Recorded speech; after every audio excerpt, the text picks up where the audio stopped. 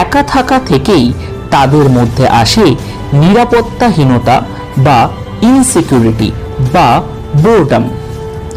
এই অনুভূতিগুলো সম্পর্কে কুকুর মোটেই ওয়াকিবহল হয় না, কিন্তু এগুলির ফলেই কুকুরেরা জুতো বা অন্যান্য কোনো আসবাবপত্র বা জামা কাপড় ক্রমাগত চিবানোর মতো কাজ করে থাকে।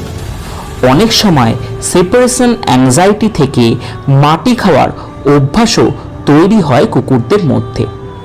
তবে সবসময় বিষয়টা মানসিকও নাও হতে পারে।